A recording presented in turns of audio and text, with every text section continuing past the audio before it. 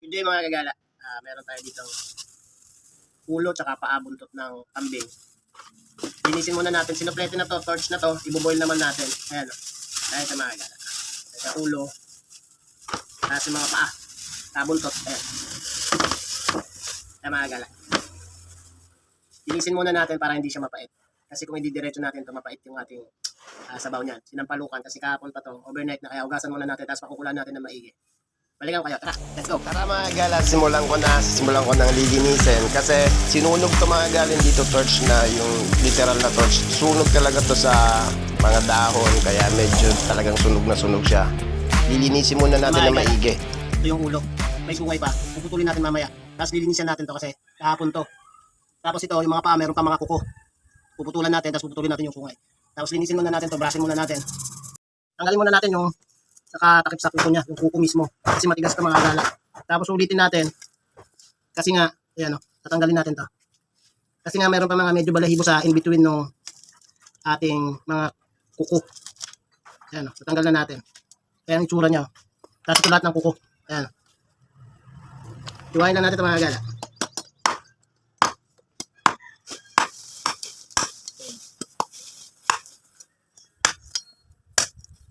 Yan, gala na putol ko na yung isa. Yan, tanggalin natin yung mga sungay. Yan, gala, natanggalin ko na. Ayan, dalawang sungay. Double check natin kasi may mga balahibo pa. Ito torch natin ulit. Na-torch ko na mga kagala, napakulaan ko na rin yung ating mga ulo tsaka paa for about 20 minutes. Ito na po yung itsura niya ngayon. Pinakulaan natin, tinapon ko, tapos lulutuin natin ulit mga kagala. Handa na natin lahat ng ating sangkap, igisa na natin. Igisa natin yung ating luya, bawang, sibuyas.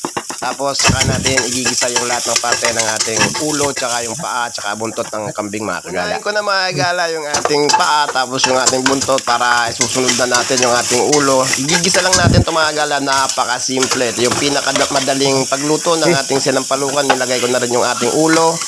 Mainit na ito mga kagala, lalagyan na natin ng ating hot water, yung mainit na tubig na para mas madali. Maglalagay din ako ng ating rock salt, ilalagay ko na mga kagala yung ating sili para lumasa na sa ating sabaw.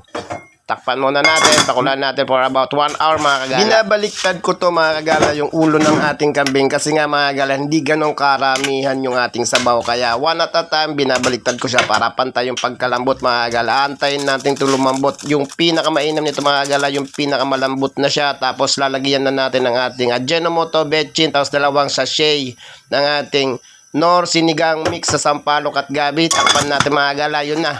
Ito na yung ating pinakapinale. Ready na para higupin. Salamat po sa panonood. Have a blessed day everyone and ciao for now. Ciao, ciao, ciao, ciao.